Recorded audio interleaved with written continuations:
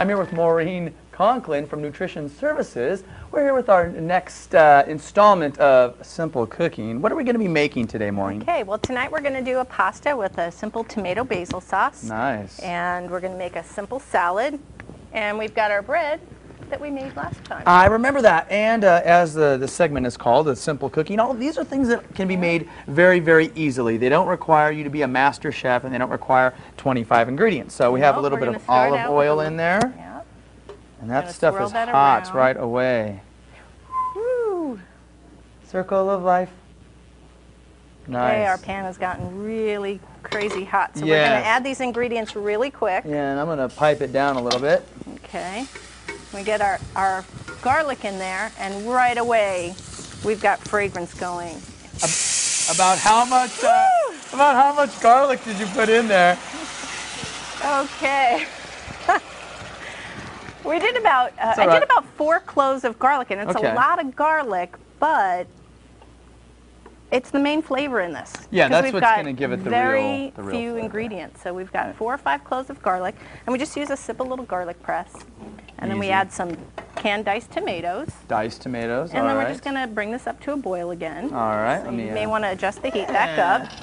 Okay. Get the heat going here. And then that's just going to cook for just a few minutes. And when you're doing this at home and you're making your pasta is going to take a whole lot longer to cook than your sauce will. Right. So as your pasta's cooking, your water's getting ready to boil, you're going to start up your sauce. Sure. And then you're going to do your salad. So let's get this going. It looks like you're using a romaine lettuce. Yeah, just a simple romaine. Yeah, do you generally prefer that to like iceberg or something like that? I do. First of all, I like the taste of a romaine salad, romaine lettuce, much better than an iceberg, and it's so much more nutritious. Correct. I think iceberg is mainly water.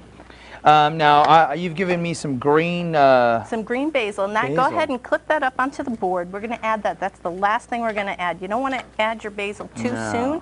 Otherwise, it has a tendency to wilt and lose its flavor. So that's the last thing you want to add to that. And that's not good looking either. About how much basil should I trim up right now? You know, I usually go about 5, 6 leaves, and you buy your bundle like this. You want to use it. Okay, so I should trim this whole thing down? Yep, just chop it up. Do it. Because again, this is what's going to flavor your salad. Right, the basil and the garlic, right? Excuse me, your sauce. In the bowl, I've got lettuce, I got some apples. I'm going to put in a little bit of green onion. Okay. I'm going to throw in a little bit of diced up celery, and then we're just going to make a simple vinaigrette. And I'm just going to eyeball this. Yeah, I think sometimes baking you have to be really precise, but cooking you can kind of eyeball stuff. Now, a normal vinaigrette calls for 1 part vinegar to 3 parts oil. I never put that much oil in my vinaigrettes. I do at least 50-50. You go like a more of a 2 to 1 or 50-50. 50-50. There you go, 1 to 1. All right. Especially when you're using a balsamic, because it's not that really sour that a red wine vinegar would be. It's got a little bit more body to it. So you added salt and pepper. Salt, pepper, oil, and vinegar. Give it a shake. Nice. And so dressing's done. Pour it right on there. Sweet. How are we doing there? We're coming up to a boil. We're getting a simmer. We're getting a nice simmer here. Okay, and then you would add, as soon as that's done, you're going to add the basil to that. So go for it. And then you're going to put it on your pasta. Yep, just dump it right in.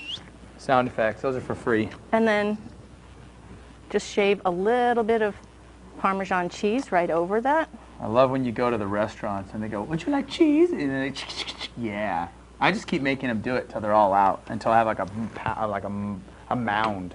Now, the best part about using a really good quality cheese is you don't need that much. Right. So you're cutting back on the calories and the fat. Yeah. I get out of control in restaurants, I'll be honest with you. And then your salad is done. Your pasta sauce is done. Cut your bread, you're ready to go. Sweet. Dinner served. Nice, nice. And that was so quick. And why don't you go ahead and serve yourself up a little bit of pasta? Absolutely. Now this was kind of the finished product from earlier today, but it's essentially the same recipe and preparation kind of finished off here for you. Now, as far as pastas, you could really use any kind you want. You brought some with you, thank you. Why don't you talk to us about some of the pastas? Okay, well, the best pasta to use would be a whole grain. Okay. Okay. Sometimes, you just don't. Sometimes it's a little much. Doesn't it come down to just a person's particular taste, and maybe that's not as. Especially when you've got kids, sometimes it's hard to get the kids to eat the whole wheat. Right. So nice alternatives to that would be something like a Barilla Plus or a Ronzoni Smart Taste, which has extra fiber, extra protein. Great alternative, and it still has that white pasta flavor to it, but it's got extra fiber and extra protein. You can also, when you're doing this, go ahead and add a can of white beans to your sauce. Now your sauce is all done here. We're simmered away. And you know, now you've got extra protein in it. You get a nice vegetarian meal that any meat lover would love. Absolutely. You could do meatballs if you really needed to have the meat in there. Sure, if And you wanted that's it. something more savory. But between the salad and the bread that we showed you last time and a great pasta dish, I mean, how long do you think this whole thing would take to make?